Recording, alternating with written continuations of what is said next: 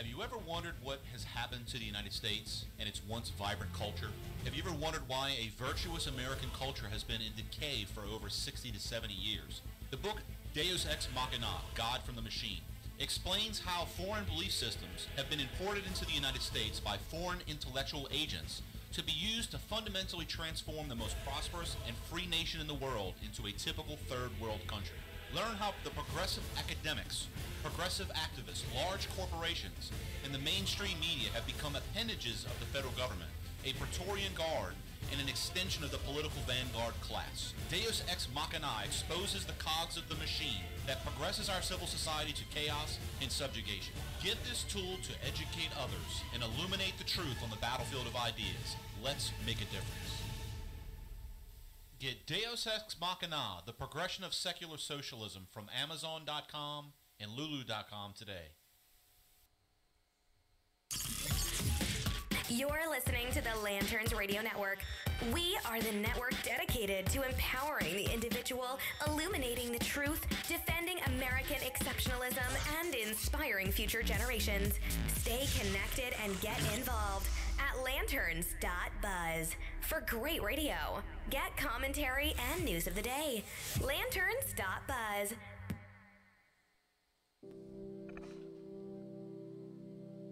Are you getting a TV picture now, Houston?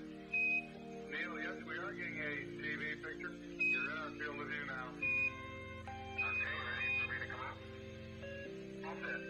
Okay, I'm on the top step. It's a very simple matter to hop down from one step to the next. You've got 3 more steps and then all of them. Okay, I'm going to leave that 1 foot up there and both hands down about the 4th one up.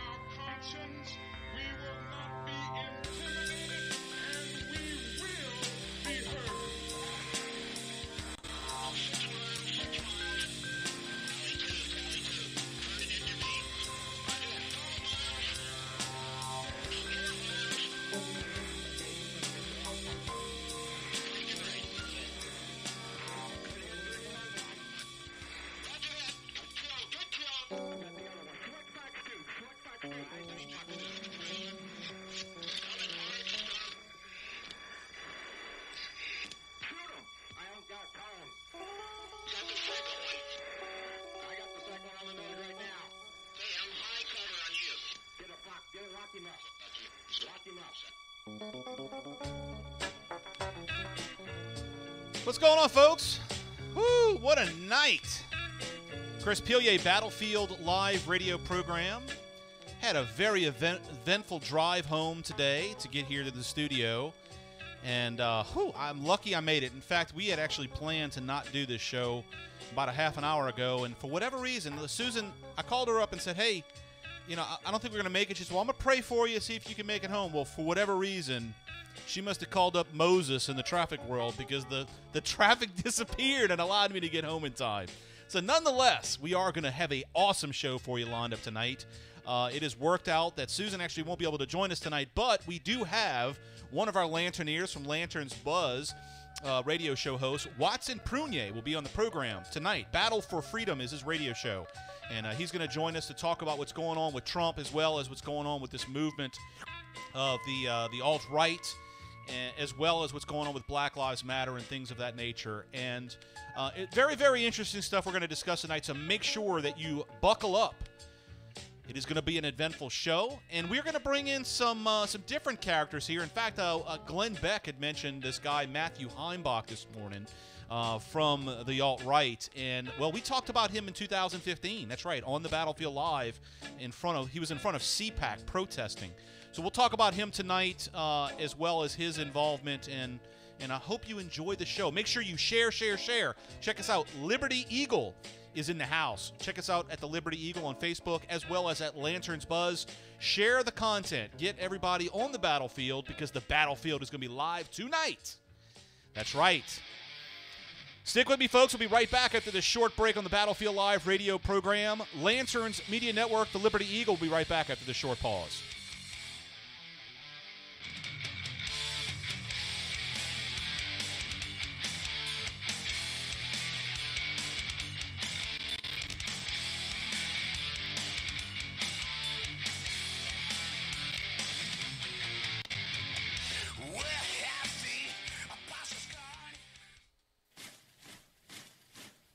We're here to fix the machine.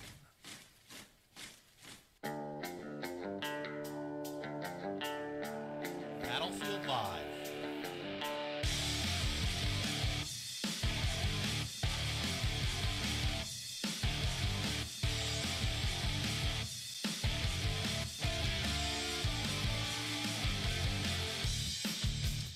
You're listening to the Battlefield Live with Chris Pilier from Lanterns Media Network, the Battlefield Live radio program. Want to thank you for joining us on the Battlefield today. If you're watching us on Facebook Live, make sure you comment, get some churn going in there so we can actually see some of your ideas. We're on the battlefield of ideas, so we want to see what you are thinking.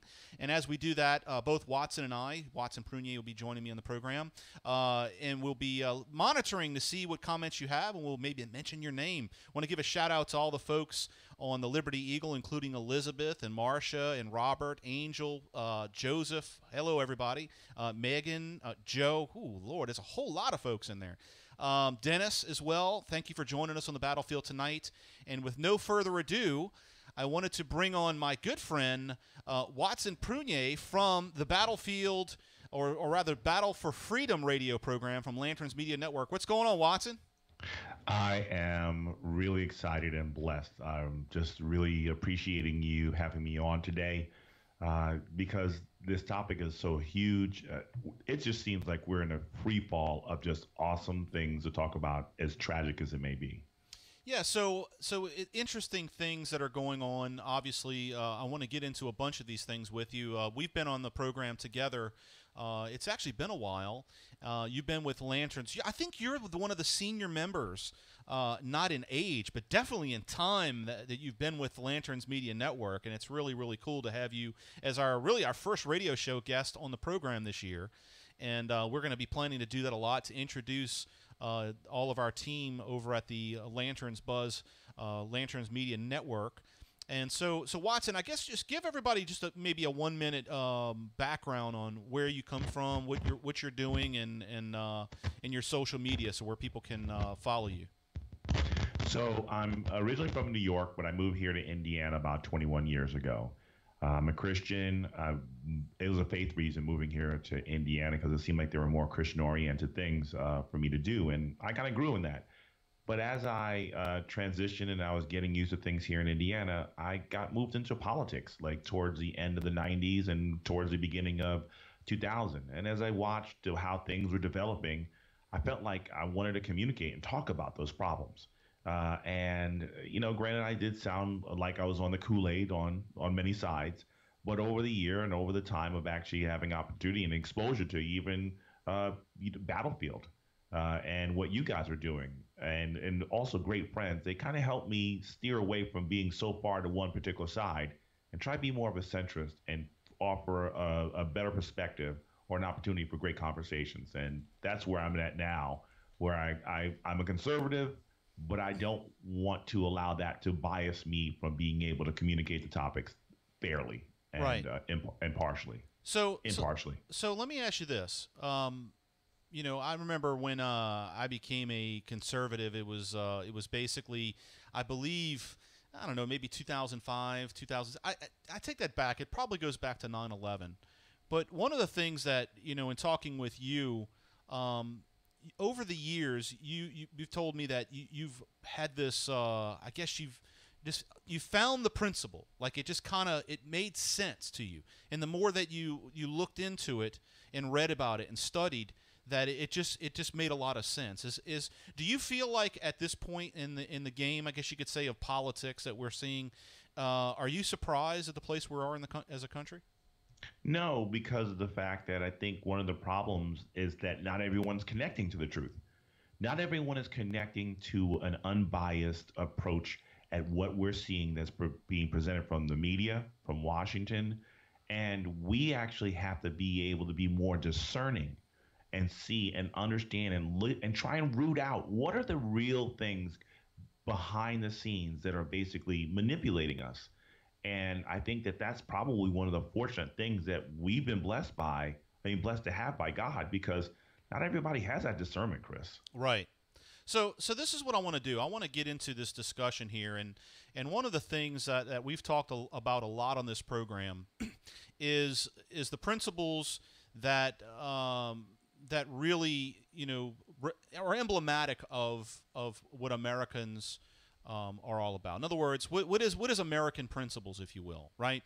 And in the last, I would say in the last maybe 8 years or so, we've had a rise in a group called the alt-right. In fact, there's many things that the alt-right supports that I support, and I'll give you a few of them. In other words, they don't like the media. They think the media is garbage. There's fake news, all these different things. I'm fully on board with that. I also believe that you have to smack around some people on occasion, and not physically, but with the tactics. In other words, some of the things that the alt-right has been very good about is memes and things like that, and really being snarky and being one step ahead of liberals. Some people call it trolling, where basically you say something or you post something that actually draws people in, and then you can use that as a foil in order to make your point. These are things that the alt-right has been very, very good at doing. In fact, Donald Trump, I believe that Bannon, being a guy that knows the media, knows how to reach out to people, was able to really harness the energy behind this movement of the alt-right in order to get Donald Trump elected. So here's the part that disturbs me about the alt-right. And one of the things I will say about the alt-right is the alt-right is not a monolithic movement. And what I mean by that is that the alt-right is not just a huge group of white nationalists or the Nazis or whatever. All this crap that we're hearing about the alt-right is completely out of context, and it's made in, well, I shouldn't say it's completely, but it's definitely taken out of context in order to be able to try to attack Donald Trump, because Donald Trump was able to utilize the momentum of the people in the alt-right movement in order to get elected. Okay.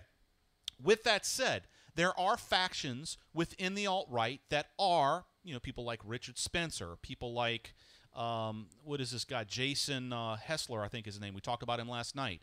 Matthew Heimbach is a guy that I talked about when we went to CPAC 2015. He was actually protesting out front. He is a member of the alt-right. These are white supremacists. These are people that truly believe that there's, the grievances that we're experiencing as white individuals. I'm a white guy. I understand, that we get a bad rap in many cases from the left, and there's some reasonable grievances that they have. But the point is that where they taking those grievances is no differently than the grievances that the Black Lives Matter groups have on the left.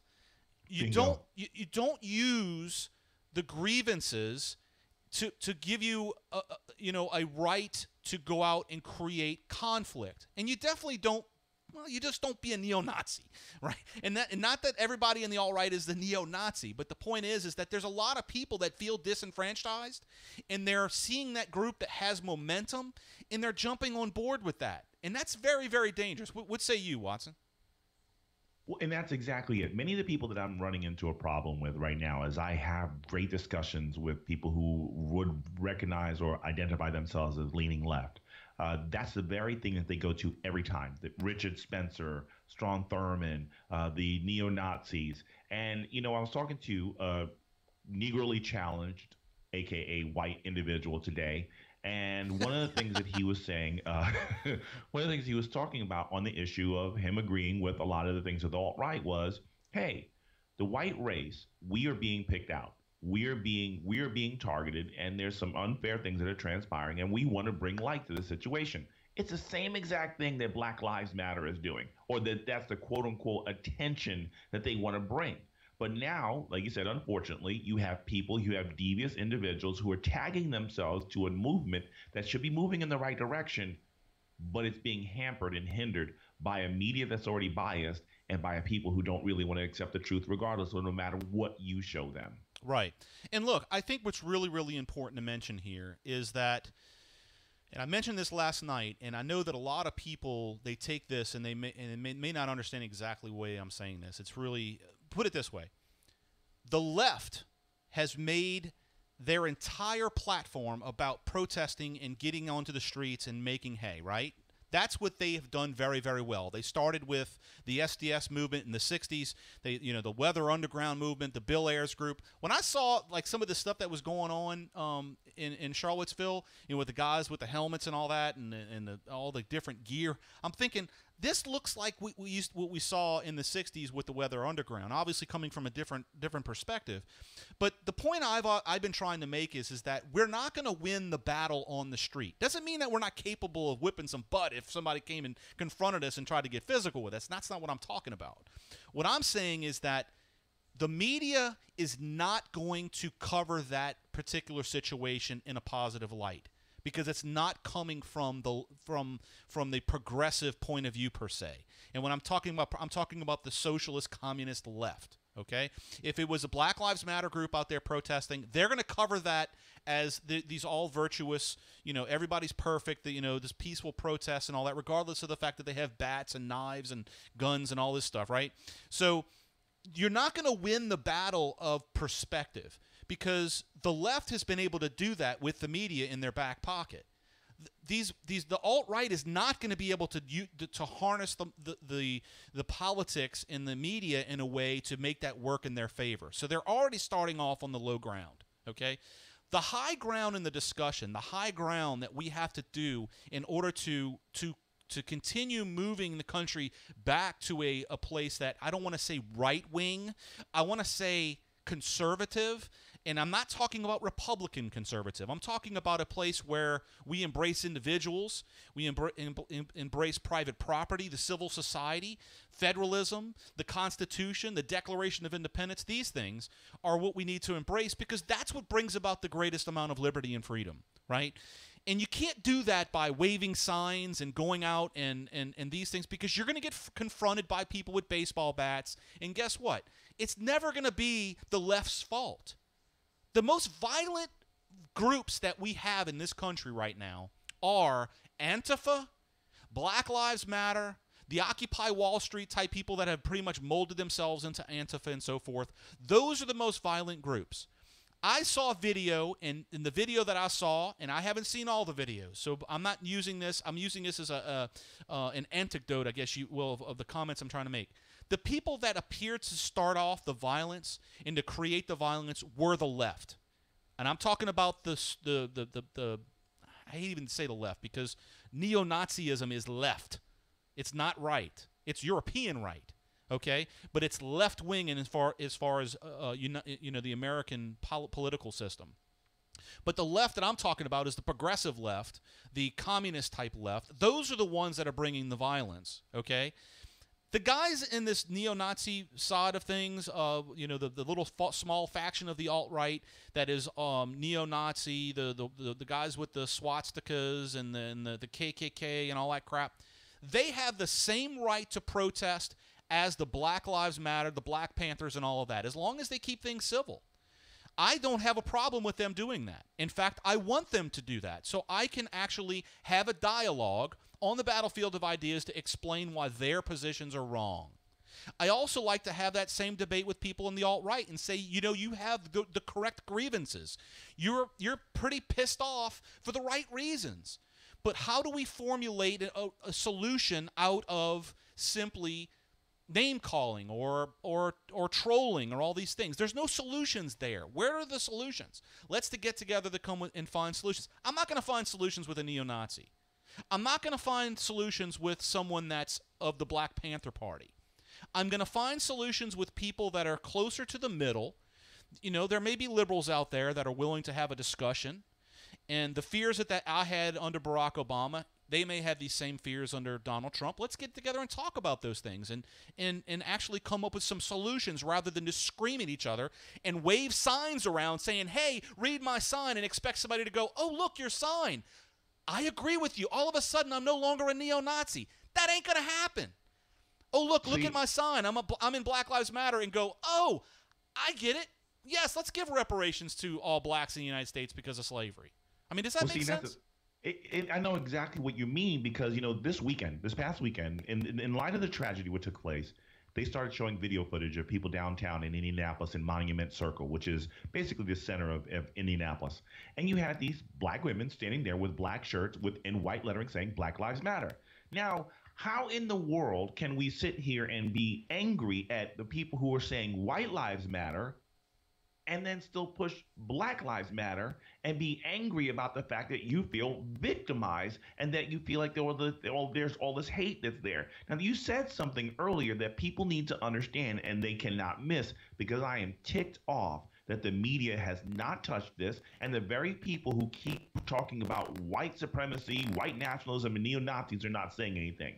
Less than 3 seconds after that car had struck those people, at least 6 to 8 black people descended upon the car with baseball bats. Right. If these are protesters to unite the right, how do you expect a peaceful outcome when you arrive at this event with a weapon in your hand? See, the media doesn't want to talk about that. They show videos of the Unite the Right carrying tiki torches, but they don't want to talk about the video footage of the black people carrying baseball bats. Now, unless there was a street vendor that's out there during the protest handing out baseball bats, I'm thinking that they came there with a different purpose or plan when they got there. Right.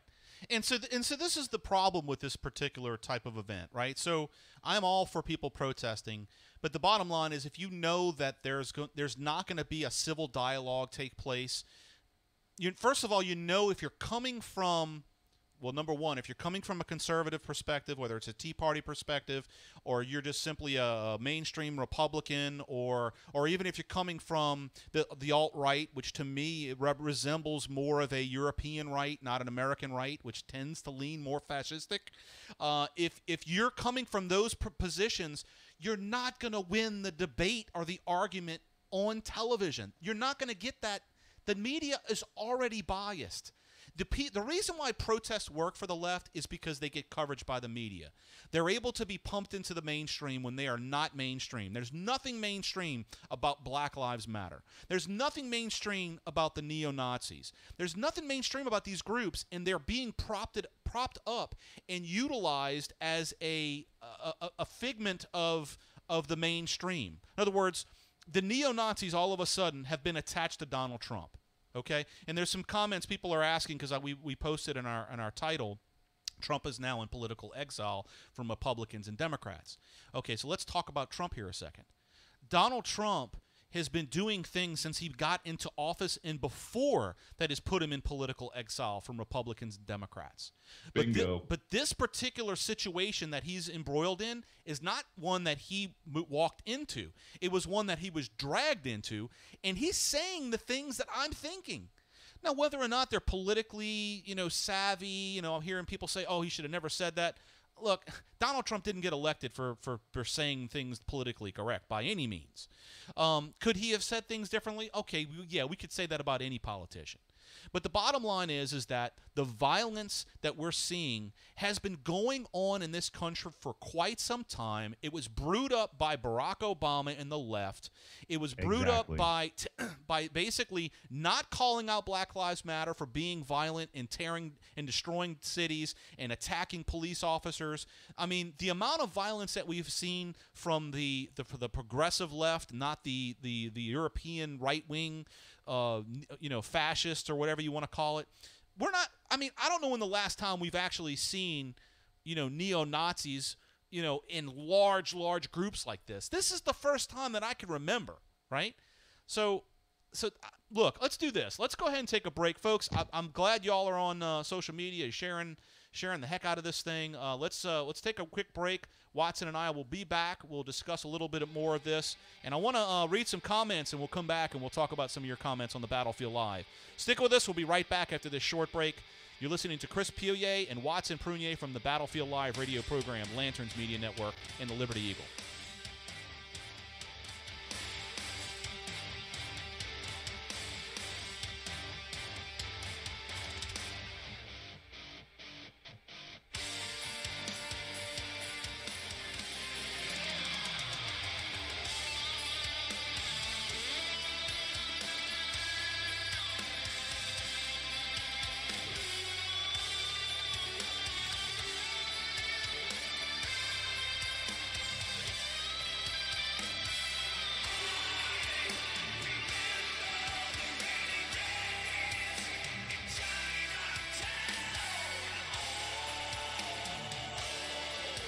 Lanterns illuminating the truth. People often ask me, they say, Chris, how is it that we can change the minds of many in this country? And I say, well, you first don't start with the mind. You have to start with the heart. You don't change minds without changing hearts.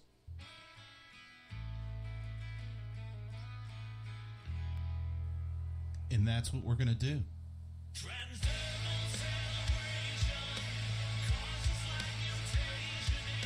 It wasn't that long ago that you might have not have had hope for the country, and all of a sudden you have a change of heart.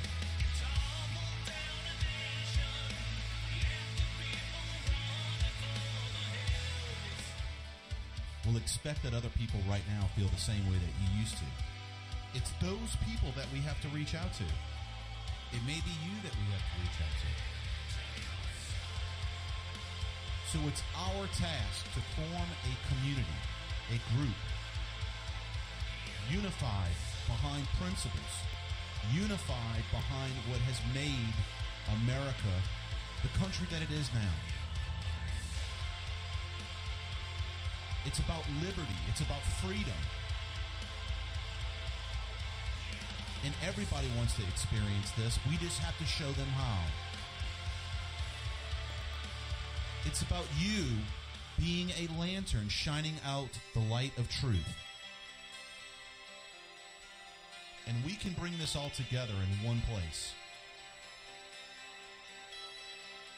It's truly about the shining city on the hill. Hope is not in the hands of someone else. It's within ourselves. It's within our hearts. It's within our minds. And it's about utilizing those things in order to be able to make us free.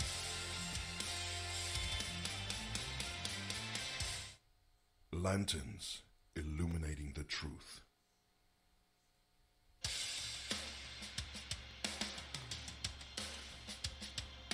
Battlefield Live. Thank you for sticking with us on the battlefield, folks. Chris Pilier from Lanterns Media Network. Real quick, if you all are enjoying the program, make sure you head over to the Liberty Eagle as well as Lanterns Buzz on Facebook. Make sure you follow those two individual pages and you share the content there. Great, great stuff going on.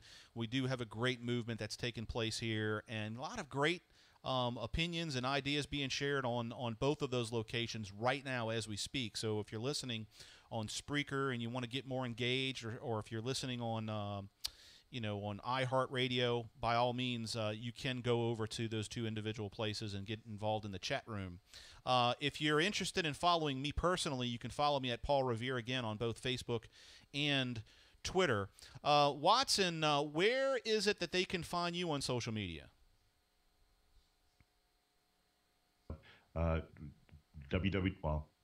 Facebook.com/Battle for Freedom, as well as you can find me on Twitter @Battle for Freedom, or you @Watson Prunier. I have multiple accounts out there because I just am split up like that.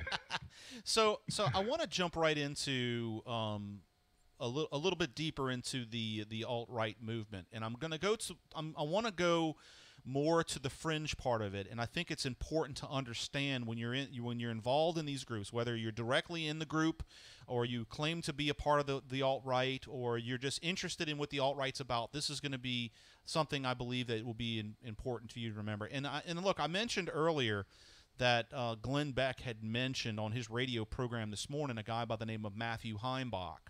And I think it's relevant. Look, you may not be Glenn Beck fans and all that. That's fine. But Glenn Beck has brought some pretty interesting information to the forefront. In fact, he was the one that talked about the Muslim caliphate in North Africa that basically Donald Trump – I'm sorry, not Donald Trump by all means, but by Barack Obama as well as George Soros had unleashed the Arab Spring and created this rising caliphate there.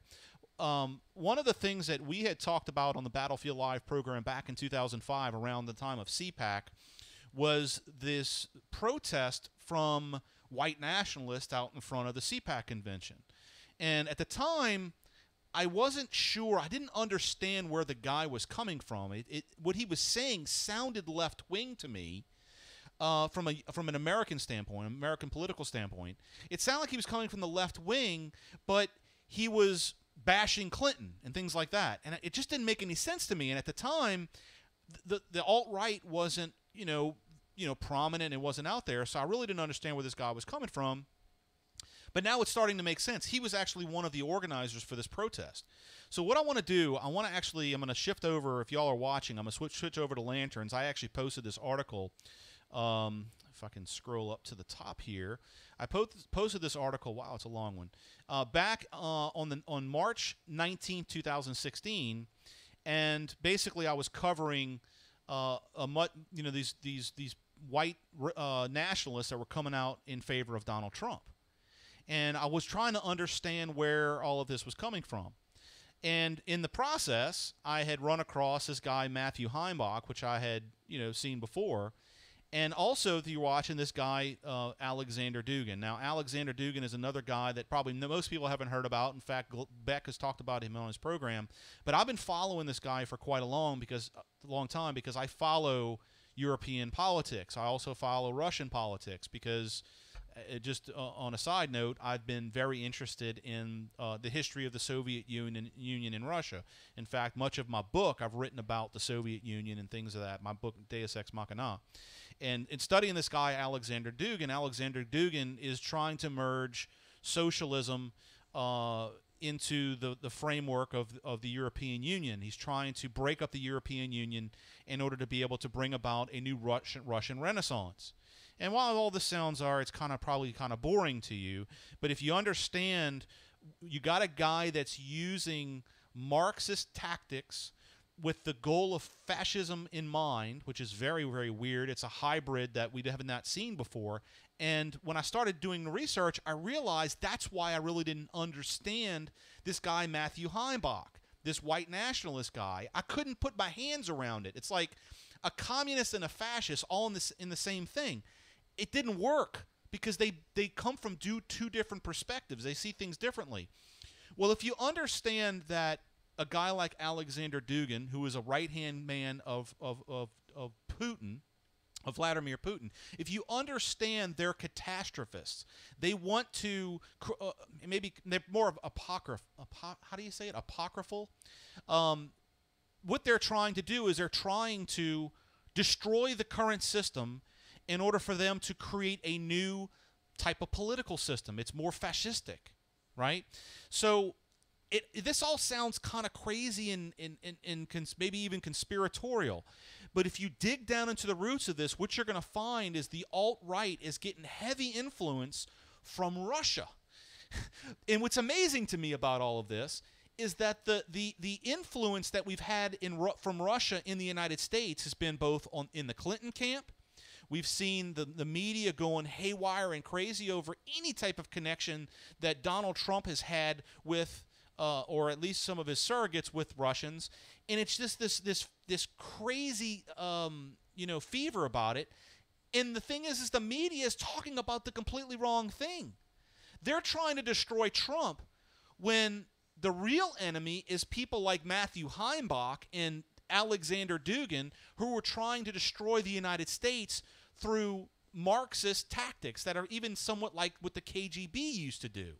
So this is what I want to do. I want to play a little bit of this video from Matthew Heimbach so we can kind of set this up, and I want to get your opinion, Watson, on this. So check this out, folks. This is Matthew Heimbach. He's a white nationalist. Check this out. The reason we're here is because the GOP's immigration policy doesn't represent the best interests of the American people, but also they're holding a panel at 12:10 against Russia. That's also being sponsored by the log cabin Republicans, who are there because of Russia's traditional marriage stance and defense of Christian values. So we're here both for, especially as Jeb Bush is now the anointed for the GOP establishment to be I don't know about that, 2016. So against his amnesty and immigration policy, and then also for the situation with Russia, to stand in support of a nation that stands for Christian values. Okay, and who's here with you today? There's a lot of friends. Daryl, do you want to sign? Nah, I think I'll pass. How about a beer later? I don't drink. I see Ron Doggett here.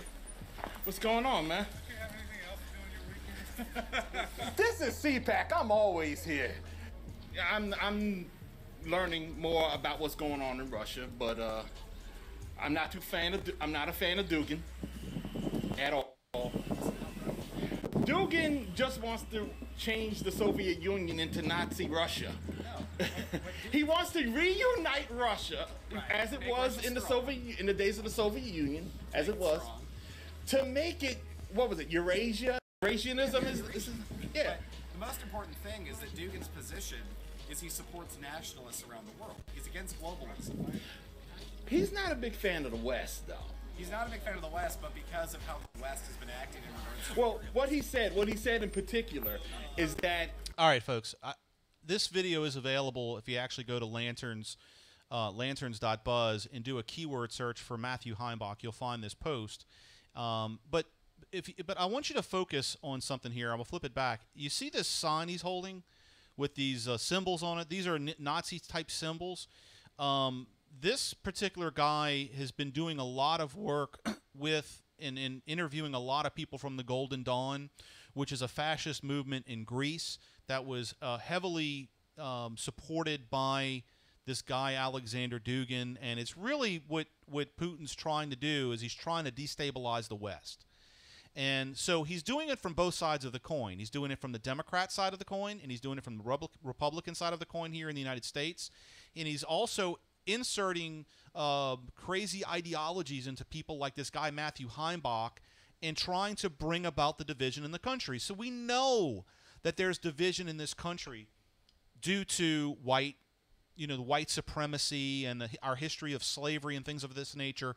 And so somebody like Putin, he sees that there's opportunity in creating division and he's basically creating political division by supporting people like this in order to be able to create division, right?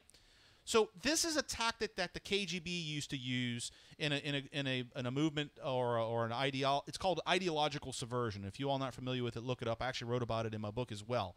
Ideological subversion is the way that you subvert a culture from underneath the politics, because politics is driven by culture. So what they're doing is they're trying to steer the politics of the United States into a crash course, with itself, because you're supporting the fragments of the nation, the culture of the nation, in a way that's creating this conflict. So why is this important? And why and is this really something that we should be really concerned about? Absolutely, we should be concerned about this, because this is the Russian collusion that we should be worried about, not the crap with Donald Trump.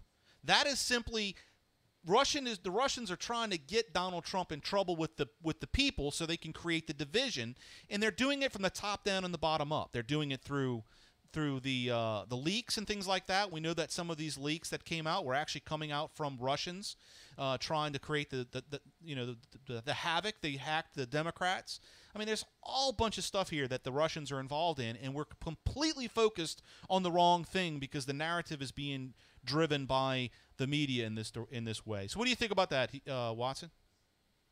Exactly. And what's really the problem here is that people don't want to be informed. Sadly, most of our society, Chris, is limited to an attention span of 140 characters. If they cannot get a bite of information, or they get anything that's longer than 140 characters, you've lost them. And it's really sad because they do not want to see the main problems that are happening here. I read a book years ago, I think it was the Boston Gun Bible, and it did some history on Russia. And it was talking about this model where 95% of the people of the population were the working class. Mm-hmm. Then it was like another 3 to 4% or 4% was the managers of the working class. And then 1% of the people were the ones controlling the managers who controlled the rest of the people. And as much as people complain about, the 1% that's controlling everything, we're moving towards that model when people continue to expect the government to be the ones in charge fixing the problem. When you make the government that 1% that controls everything, hello, you're welcoming in the very model that destroyed Russia and had it in shambles. You're absolutely right, and you've keyed into something, Watson, that's very, very, very important and very prescient. And this is one of the things that I think we all need to really focus on, and it's the ideas that we have to make sure that we let come through. Right? We have to really, really engage with people that are being led down the wrong path. Look, like I said before in the very beginning of the show, the alt-right. The people that are in the alt-right, there's so many different people. I know people that claim to be a part of the alt-right movement, and I know they're good people. I know they're not white nationalists. I know that. I know they're not neo-Nazis. I know that for a fact. But they've been disenfranchised with Republicans. They've had Tea Party politicians that have gone into Congress that have not fulfilled their obligation. They're disenfranchised. So they're looking for an option. Well, here comes this guy, this white knight. Maybe I shouldn't use the word white knight, but here comes the knight in shining armor for the disenfranchised. Yeah, for the politically disenfranchised. Donald Trump comes in and he says what everybody wants to hear, and I don't believe that Donald Trump is a white nationalist. I don't believe that Donald Trump is a guy that's a racist. I don't believe that at all. But the thing is that you make strange bedfellows, you got to live with it, right? So he's got this guy Bannon, who's if you understand who Bannon is, Bannon comes from a position. One of his biggest philosophers that he followed was Nietzsche, and Nietzsche is a very peculiar character. I'm not going to get into the philosophy of Friedrich Nietzsche, but he is from German existential background. And he believes in and he was basically saying that nihilism was there was some solutions in nihilism. Nihilism is not a good solution because it doesn't believe in anything. You don't believe anything if you're a nihilist. So in seeing who this guy was, he saw that there was a momentum that he could gain politically from people that were disenfranchised with the Tea Party politicians as well as Republicans, and he harnessed that in order to get Trump in the office. And look, this is no differently than some of the Democrats do with the Black Lives Matter groups and all of that. They're playing on the political stage in order to be able to get elected, and what they do is really what really matters, right? So the point I'm trying to get at here is that we have to step back. We have to let things work themselves out. Let's not jump to conclusions. Let's formulate good ideas, good solutions, and go on to the battlefield of ideas and discussion with people and try to change some minds. And guess what? You can't change minds until you change hearts. Right? You're not going to do that by making fun of people, poking people, and trolling people, and being divisive. In some cases, you can use those people as a foil if they're not, if they attack you. But that still doesn't create the environment that changes people's minds. So we got to reach out to people that are disenfranchised, that may not have a political compass, if you will. And we have to basically get those people engaged in understanding and educating themselves, educating others on the right path. And that is what the founders taught. That is, embodied in the Declaration of Independence and things of that nature. So I think, one of the things that, we really have to do, Watson, and you and I, we've been doing this for quite a while on Lanterns Media Network, and we're now working with, groups like the Liberty Eagle, and we're trying to get this message out, is let's keep the dialogue going and bring people to these environments. Don't bring them down to the street by some Confederate monument and expect to reach out to people on the other side, which happen to be Black Lives Matter or these Antifa people. You're not going to change their minds. And the media is not going to cover you correctly. It's not going to work. You know what? But even in that, though, for a second, though, because I agree, sometimes there are just some people you can't reach. I'm talking to people on both sides of the aisle. They just don't want to hear anything I have to say. I'm trying to get them to reason away from the talking points that they have and logically look through what's going on. And sometimes there might be some fruit in even talking to those who are so far out. Because right. I'll tell you, Chris, if I can interview a KKK person or a white supremacist, I want to sit down and have that conversation with them. Now, there's also an 800-pound elephant that has to be addressed here as well. And I really appreciate being on the show, but I want people to understand that I'm not here as a token representation of the other ethnic group. So people just understand this. I am not here as a token representation. I am here, and I was asked to be here because of the fact that we want to communicate and we want to have discussion. Guess what? He's Negroly challenged, I'm Caucasianly challenged, and we're having a discussion.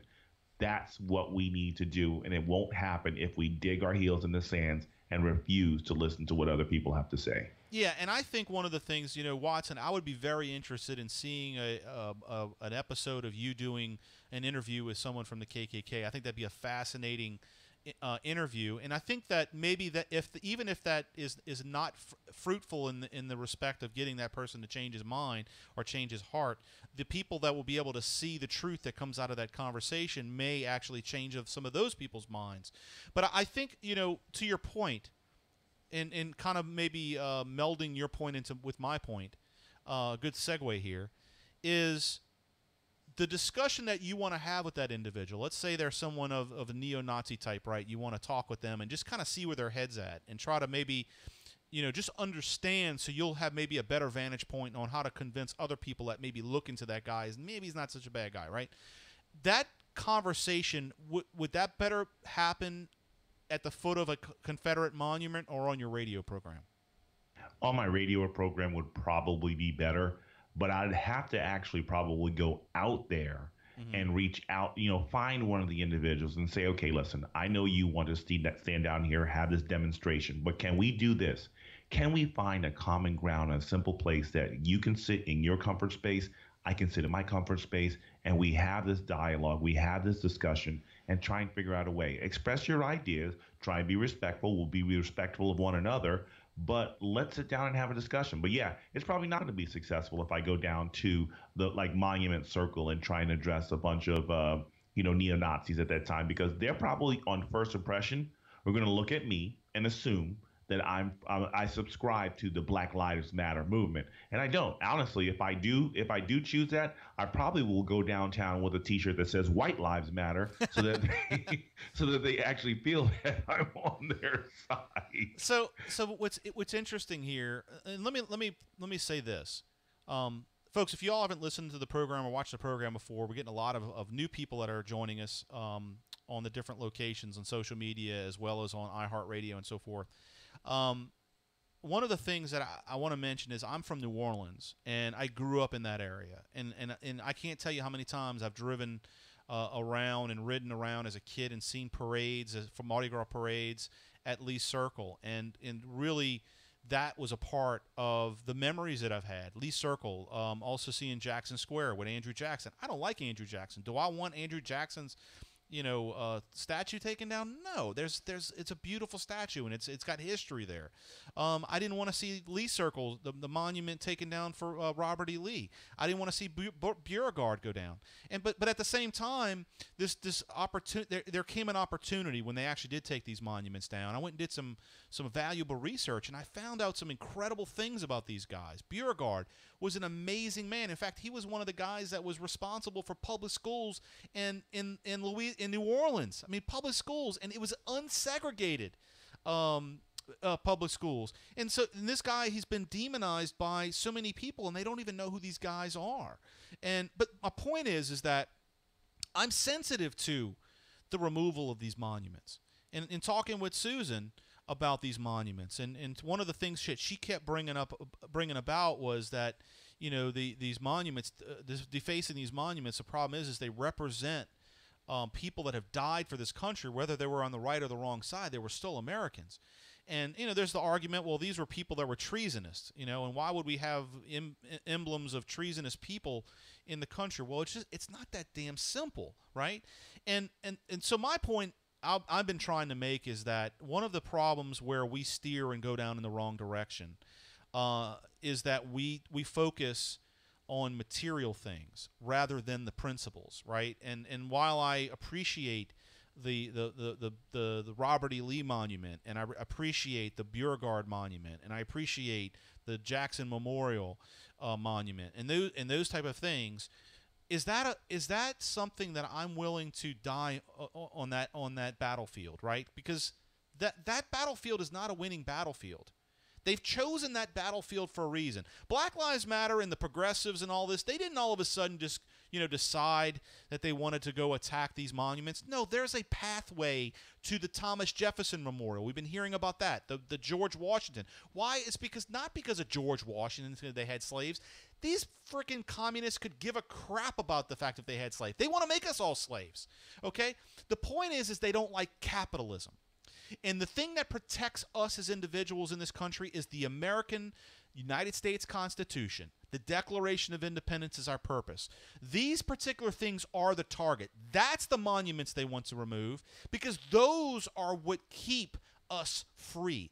Those things are what keep us from being enslaved by the federal government and tyrannized by the federal government. But it's not the parchment paper.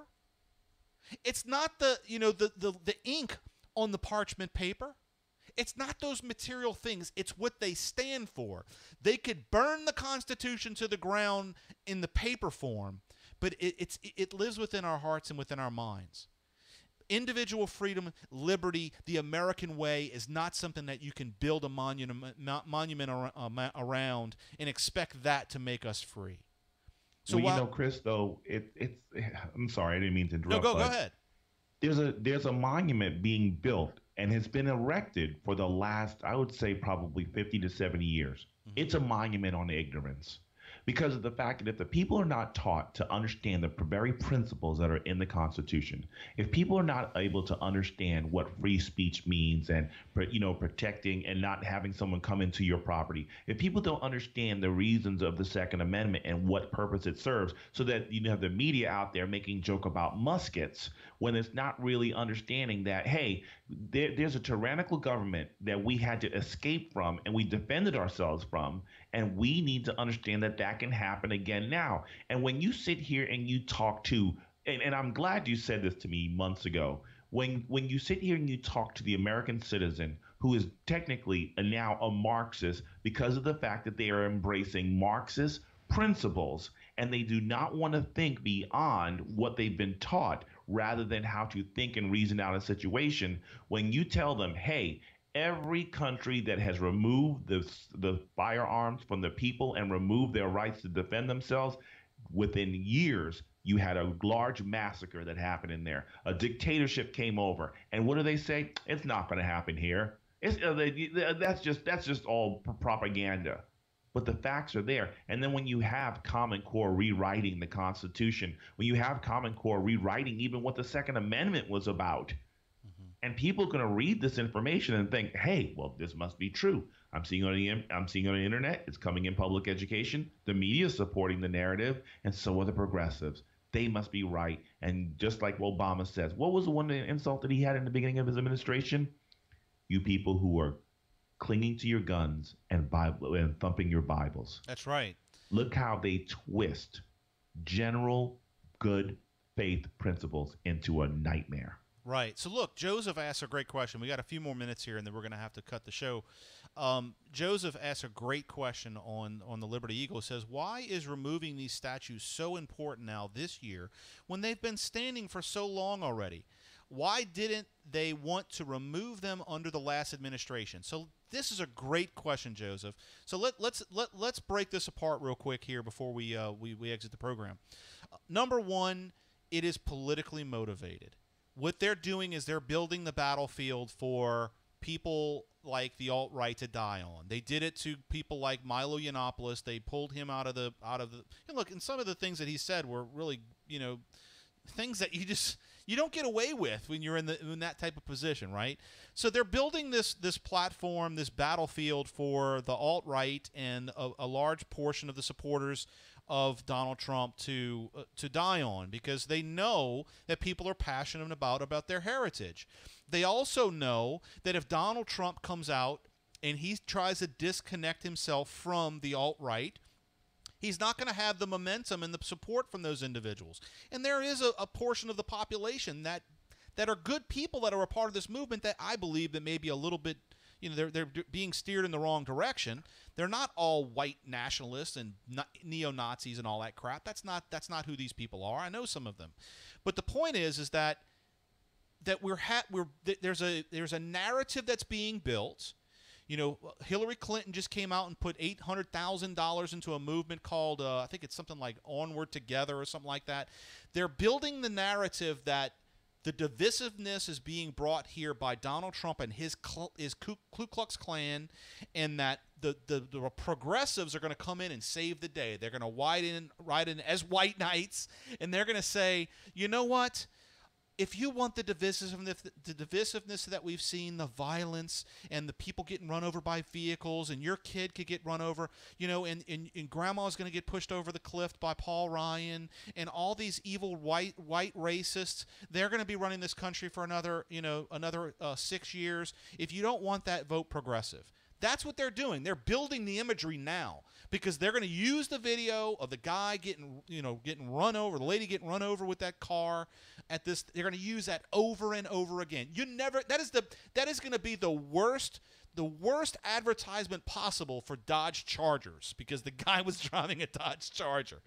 It's going to be the choice of the black, the white neo-Nazis is the Dodge Charger, right?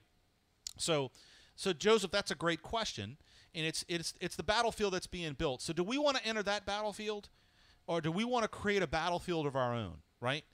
We want to steer the narrative back to where we are successful, not into a place that's a trap. The neo-Nazis, all these individuals, they're there, they're out there. We see them, right? Don't go join in the same protest with those individuals. Don't be a part of that. If the narrative is built by the media to that's what Donald Trump, well, show them something else. Show them something else. Watson Prunier is with me on this. That we're supportive of our president and we're trying to get things moving in the right direction. That doesn't make he and I racist. The point is that we have to unite on ideas. Uniting the right, quote unquote, is not uniting around left-wing ideas that have sprouted out of right-wing European fascism. That's not what we need to unite around. And that's not uniting. Uniting is getting around things like the Declaration of Independence, the Constitution, not browbeating people with that, not browbeating people with the Bible. Simply explaining to people why those ideas that came out of that time and that era are timeless. They're not some old book on a shelf somewhere that doesn't mean anything anymore. So we got basically one more minute, Watson. Where can people find you on social media, buddy? Okay, so go to facebook.com /the real Watson Prunier. You can also find me on Twitter @_Battle for Freedom and @Watson Prunier. Awesome. And folks, you can catch Watson's radio program at Lanterns Buzz, lanterns.buzz, our website. Just do a keyword search for Battle for Freedom there, and you can check out all of our work at iTunes, Stitcher, TuneIn, Player.fm, and SoundCloud, as well as YouTube. And, of course, you can find us on Facebook. You can find me at Paul Revere again on both Facebook and Twitter. And make sure you check us out. We do this show every Tuesday and Wednesday, 7 p.m. Central Standard Time on the Liberty Eagle on Facebook Live, as well as Lanterns Buzz on Facebook. So I want to thank you for joining us on the battlefield, and we'll be back Tuesday next week, 7 p.m. Central Standard Time. Thank you, Watson, for joining us on the battlefield, and I want to thank you all for listening to the program, and we'll talk to you later. Tater.